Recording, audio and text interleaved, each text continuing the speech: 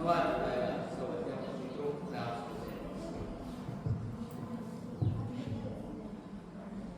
તથા આ કેમ્પસમાં કણમાં જે દિવ્ય ચેતના વિકસી રહી છે એને વંદન કરી હું આમ તો સામાન્ય રીતે હવે તમે બધા કોઈને બસનો ટાઈમ થયેલો છે, કોઈને જમવાનો ટાઈમ થયેલો છે, તમારે સંસ્કૃત ટાઈમ કહેવાય કે ખૂબ સીધો કિન્ન કરો દુઃખો માણસ કયો પાપ નથી કરતો એટલે અને હું પાછો જીવ દયામાં પણ માનું એટલે બહુ તમને મુશ્કેલી ન પડે એવું ચોક્કસ ધ્યાન.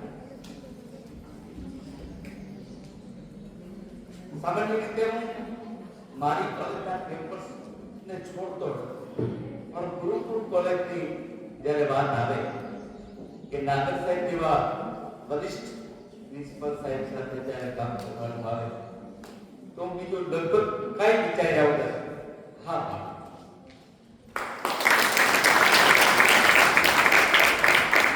કારણ એ છે એમાં મારો સ્વાર્થ છે કે નાગર સાહેબ જેવા વરિષ્ઠ પ્રિન્સિપલ સાહેબ પાસેથી કંઈક શીખવા ઘણું બધું શીખવાનું હોય છે. પેલા બેને જે અહીંયા કીધું કે હજી ભણવાનું મન થાય છે. માણસ આજીવન ક્યાંક ને ક્યાંક ભણતો તો રહેતો હા પછી એ ડિગ્રી વાળું શિક્ષણ ન હોય પણ શિક્ષણ તો ચાલે. તમને સૌને અભિનંદન. અહીંયા આ એવોર્ડ વિતરણ સમારોહ એમાં મને ઉપસ્થિત રહેવાનો અવકાશ મળ્યો અને એમાં સૌથી મને પ્રભાવિત જો કોઈ વાત કરી ગઈ હોય તો એ છે કે સૌથી પહેલા ગુરુ તો માતા પિતા છે, એના જ હસ્તે ઇનામનું વિતરણ થાય. આનાથી મોટી ઉપલબ્ધિ જીવનમાં કોઈ હોઈ શકે એટલે આ વિચાર થઈને આવ્યો છે એને પણ ખૂબ ખૂબ અભિનંદન.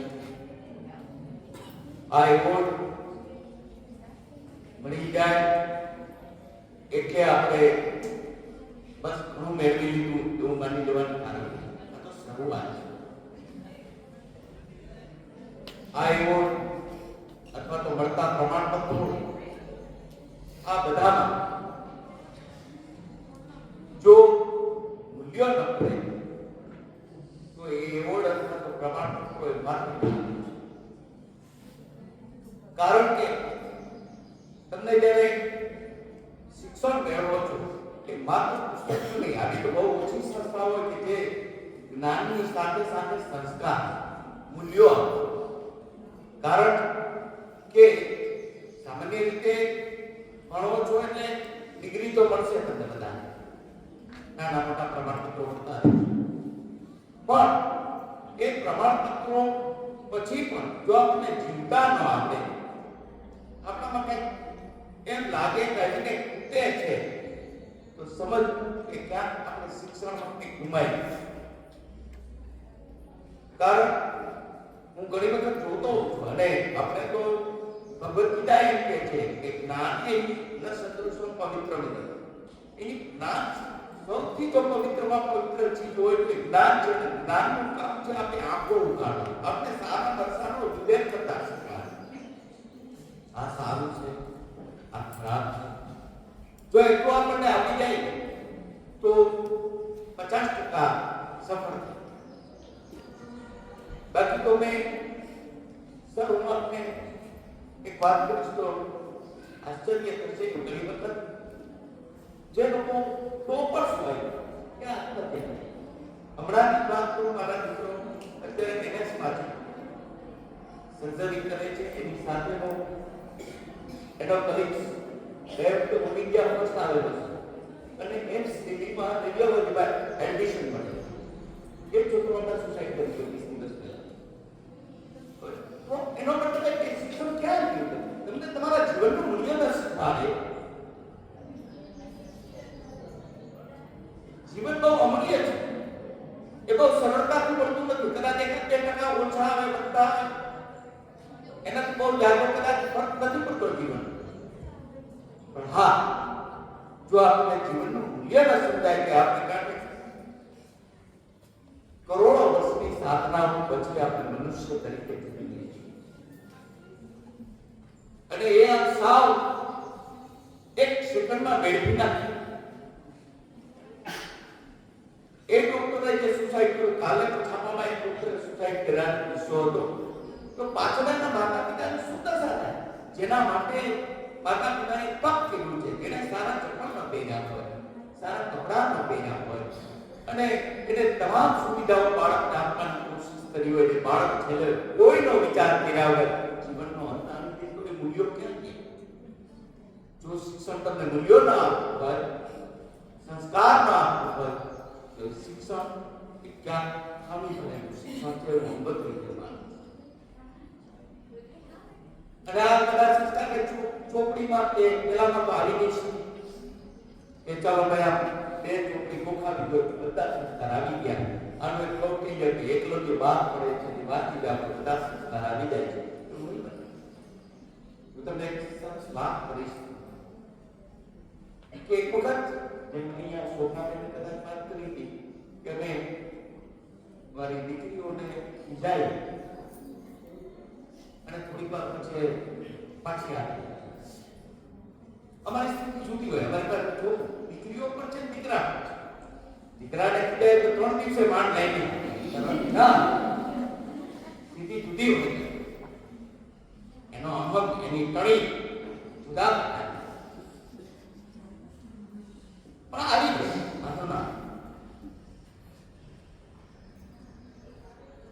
તો મા બાપ ખીજાય છે, આપણા ગુરુ ખીજાય છે, તેના પર આપણે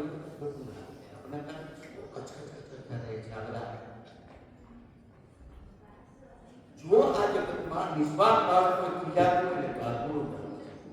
કારણ કે તમારી પાસે લઈ નથી, પણ તમે ખોટા ટ્રેક પર ન જાઓ, ખોટા રસ્તા ઉપર તમારો ક્યાંય દુરુપયોગ નથી થાય.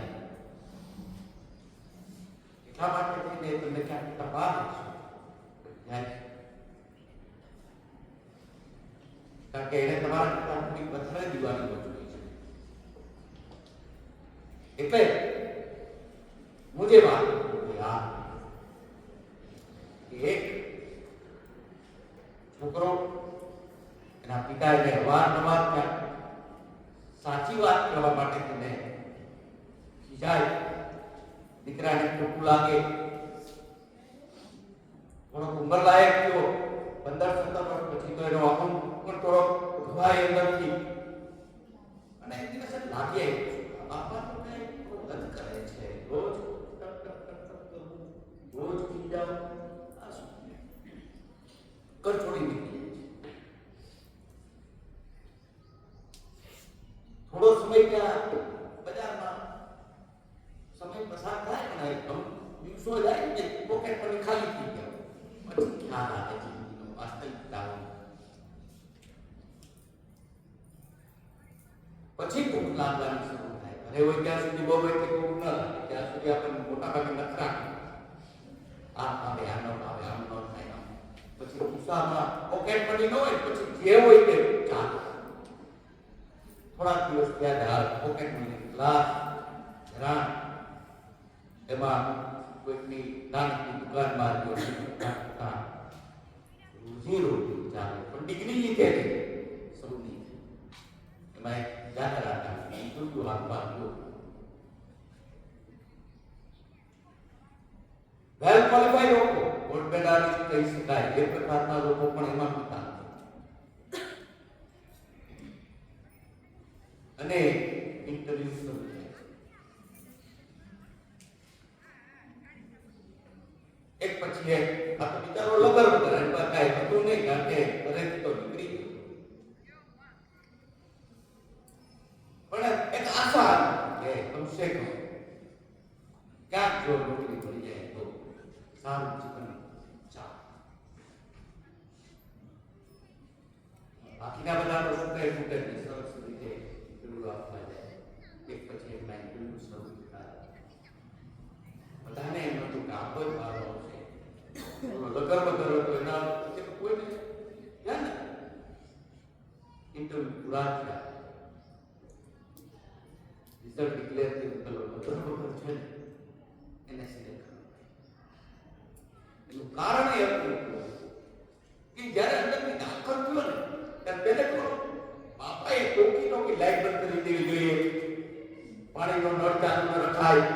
બેટા દરવાજો બંધ કરીને આવો, આમ ખુલ્લું ન રખાય. આજે વારંવાર ટોક્યું હતું, એ એના મગજમાં બરાબર ઘૂસી ગયું. એટલે જરા એક મનની ચકલી ખુલી હતી, તરત બંધ કરી દીધી. ચાલતો હતો કારણ કે બાપા એ બોલવા નથી બરાબર ખીલા મારે ઘુસાડેલા સંસ્થાન હતા જે અહીંયા ખીજાઈને કરી દીધા.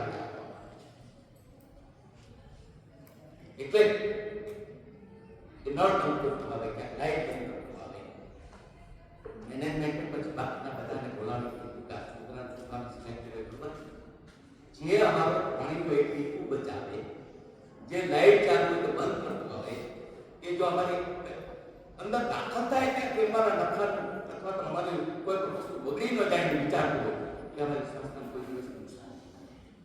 અને એટલે અમે આ સંસ્થા આપણને ઘણી વખત કોઈ ખીજાઈને આપતું પછી પેલા છોકરો તો બગડો આ સંસ્થા તમારા પિતાએ મને જેને કારણે મેં કર્યું જે પિતા મને ખવડાવતા હતા, જે પિતા મને કચકચ લાગતું હતું, જે મને એ નોકરીનું નિમિત્ત બન્યું. એટલે માત્ર એવો નહીં પણ મૂલ્યો સાથેનું જીવન જો આપણે જીવવા પડે, એ મૂલ્યો સાથેનું જીવન જો મૂલ્યો નહીં હોય આપણા જીવનમાં તો કદાચ આપણે જીવિતો જઈશું કે વાંધો નહીં, પણ ગુણવત્તાયુક્ત જીવન કદાચ નાના નાના અને એ બધા મોટા ભાગે હોસ્ટેલમાં જે અહીંયા તબેદાર અને કે અહીંયા આવીને યજ્ઞ કરે, સૌથી મને પણ પ્રભાવિત કરી ગઈ એવી બાબત કે આટલા સમયથી આપણે બેઠા કોઈનો મોબાઈલ નહીં હોય. એટલે આજે સૌથી મોટો સ્થાન છે સોશિયલ મીડિયા છે. સતત મોબાઈલમાં વ્યસ્ત રહે તે આ જનરેશન નો એક પણ રિંગ ન વાગે કે કોઈ મોબાઈલ કાઢે આખલા મોટી મોટી જશે. આજના સમયમાં સોશિયલ મીડિયાથી અડધી કલાકનો ઉપવાસ નથી. રહેવાનું હોય તો કદાચ આપણે એકાદ દિવસ લઈ જાય પણ અડધી કલાકનો મોબાઈલ ઉપવાસ ન થાય. એને બદલે અહીંયા સામાન્ય રીતે લગભગ 1 કલાકનો સમય જાય છે. 3 કલાકમાં કોઈ પોતાની બારે માફી માંગી હોય કે તમારા કાર્યક્રમમાં જાહેરમાં બાકી બધા કેમ સ્ટડીમાં અથવા તો સ્વયં પણ એક સારી વાત છે. આપણે તમે જ્યાં એવોર્ડ વિજેતા એ જે આચરણ કરશે એ બાકી સામે બેઠા એને એવું નથી માનવાનું કે આપણે તમારી હાજર કદાચ એક 2 દિવસ ઓછી હશે અથવા તો એકાદ 2 એક્ટિવિટીઝમાં તમે ઓછો કામ કર્યો છે તો હવે પછી તમે તમારા જે એવોર્ડ વિજેતા છે એના હરીફ બની જાઓ. એક ચેલેન્જ તરીકે આજની સ્વીકારી લો. હવે પછી નો એવોર્ડ લેવામાં આપણે કારણ કે તમે જ્યારે એવોર્ડ લેશો અહીંયા તમારા માતા પિતા તમને એવોર્ડ આપતા હશે સૌથી વધારે ખુશી તમારા માતા પિતા, કારણ કે એ લોકોનું એક સપનું હોય છે કે બાળક માટે અને તમારા માટે જ્યારે તમારા કરેલા કામને કારણ કે એવોર્ડ એટલે મેં તમને કીધું કે એ તમને સ્વીકૃતિ આપે કે તમે કરેલું કામ એ સમાજ સુધારે, સ્વીકૃતિ આપે, રેકગ્નાઇઝેશન આપે. તો આ રેકગ્નાઇઝેશનના મુદ્દા આવનારા સમયમાં સામે બેઠેલામાંથી મેક્સિમમ લોકો કેમ આજથી જ્યારે હરીફાઈ તરીકે ચેલેન્જ તરીકે સ્વીકારી લો કે આવતા વર્ષે સાહેબને એવોર્ડ લેવાની સંખ્યા ટી બની કે ભાઈ ચાલો આપણે નિયમિત વાળા મોટા ભાગના નિયમિત હવે કોને આવે એક્ટિવિટીઝમાં બધા જ ભાગ, કારણ કે દરેકને કુદરતે એક શક્તિ તો આપે છે. એ એક શક્તિને ક્યાં ઉપયોગમાં લઈ લેશો તો સ્વાભાવિક છે કે એ એક તમારા શરીરની શક્તિ એને જો ગતિ મળી ગઈ, દિશા મળી ગઈ તો જીતી જશે. કોઈને તબલા વગાડતા આવડતું હોય તો એક જ શક્તિ નાનકડી શક્તિમાંથી જાતે વિશે બની શકાય કે વાંસળી વગાડતા આવડતું હોય તો એક જ શક્તિમાંથી તમે હરિપ્રસાદ ચોક્કસ બની શકો. આજે બધાને બધી જરૂર છે. સમાજમાં આપણને એમ કહીએ કે આની જરૂર નથી એવું કઈ છે જ નહીં. બતાવી તો માત્ર દાખલા તરીકે આપણે લાગે કે વાળની જરૂર નથી તો આપણે બધા વાળ કીધા વિચાર બતાવી એક શક્તિ તમારી છે એને બરાબર કામે લગાડી દો. એ કામે લગાડેલી શક્તિ તમને પ્રતિષ્ઠા અપાવશે, પ્રસિદ્ધિ અપાવશે અને સાથે સાથે રોજીરોટીનો તો એટલું સાઈડ પ્રોડક્ટ તરીકે તમને આપવા. એટલે પણ જીવનના મૂલ્યોનો નાશ ક્યાં અગત્યની વાત તો એ છે કે આપણે મૂલ્યો સાથે જીવવું એ બાકી તો આપણામાં ને પશુમાં ને બહુ કઈ જાજો નથી રહેતો. મૂલ્યો નહીં હોય પશુ દેવું તો પશુ પણ આટલી જેમ ખાય છે, ઊંઘે છે, ભૂખ લાગે,